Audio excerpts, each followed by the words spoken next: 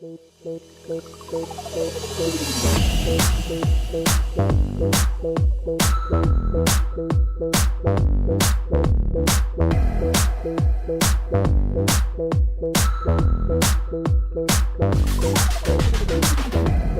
replacing a turbocharger, it is important to conduct a thorough diagnostic check of the engine systems.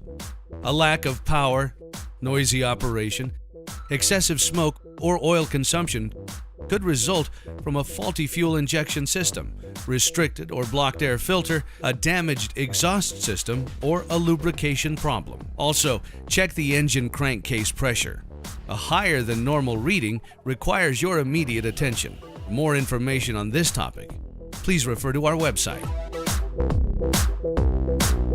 If the diagnostic check does not uncover any obvious cause, make sure that an extensive troubleshooting analysis is completed on key areas such as foreign objects, lack of lubrication, oil contamination, overspeeding of the turbo, and excessive temperature. This is important because turbo damage can often be a symptom of an underlying problem rather than the cause itself. Our website has more detailed information on this subject.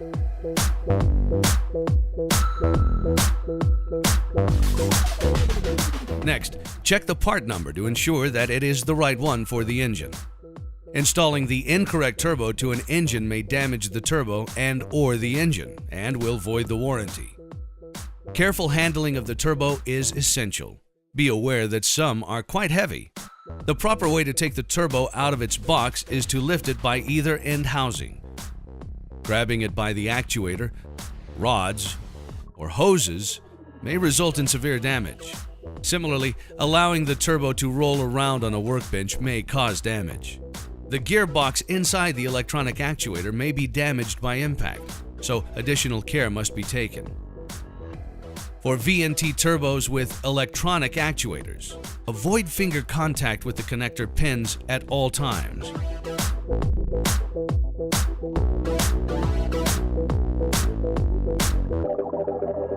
It is also recommended that you use new air, oil, and fuel filters and clean engine oil according to the engine or vehicle manufacturer's specification as part of the turbo replacement installation. When installing the new oil filter, if possible, fill it with clean, fresh engine oil. Also, if it is accessible, backfill the pressure line from the oil pump to the filter. This is particularly important for high-mileage engines where the oil pressure line may empty during oil changes. Before installing the turbo, we first need to make sure that all air hoses connected to the turbo are totally clean and show no sign of any damage. For VNT turbos with pneumatic actuators, check the hoses to the control valve and to the actuator as well. For VNT turbos with electronic actuators, check the vehicle wiring loom and connectors for damage since water leakage or broken wires are quite common. This also applies to pneumatic actuators with position sensor connectors. In addition, the air filter and its housing must be completely clean and free from any debris. Next, clean the engine breather system and ensure that it functions properly according to the engine or vehicle manufacturer's manual.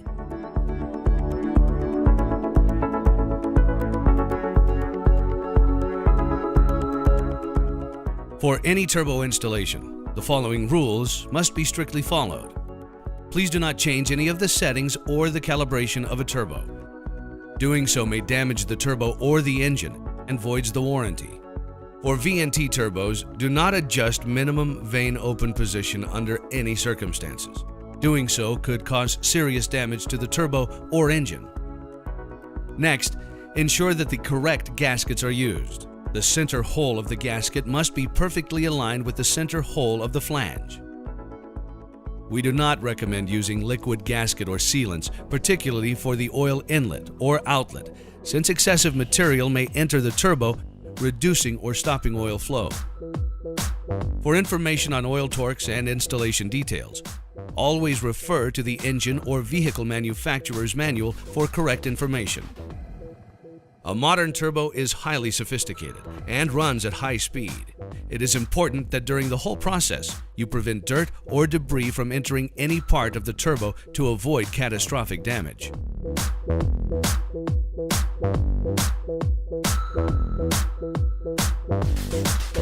To start turbo installation, we start by removing the old gasket material from the exhaust manifold and pipe. The surfaces of the flange must be clean and have no damage. Then, remove all plastic or foam blanking plugs from the turbo. Now you can position the turbo onto the manifold or the engine block using the correct new gasket or O-ring. And then, reconnect the exhaust pipe. Tighten all nuts and bolts to the correct torque. Pay special attention to the oil feed and drain lines, which must be totally clean and have no damage to ensure unrestricted oil flow. Make sure that no flexible hose liners have collapsed internally and that the oil feed line is not too close to any source of heat, which may have damaged the oil feed line internally. This is common on some vehicles and difficult to detect without cutting the pipe. We recommend fitting a new oil inlet pipe when installing the new turbo.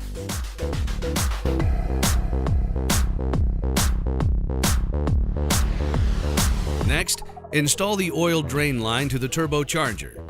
Then, pour new engine oil into the oil inlet hole of the turbocharger and fit the oil feed line. Spin the compressor wheel by hand a few times. It should spin freely. Note that it is normal to feel some up and down movement of the wheels.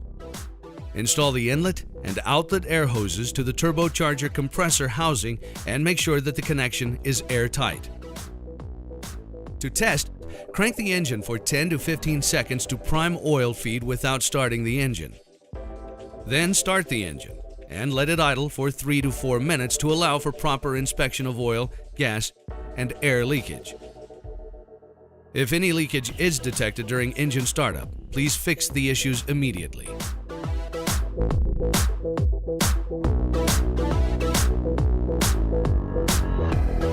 For VNT turbos, please ensure that the actuator operates correctly after startup.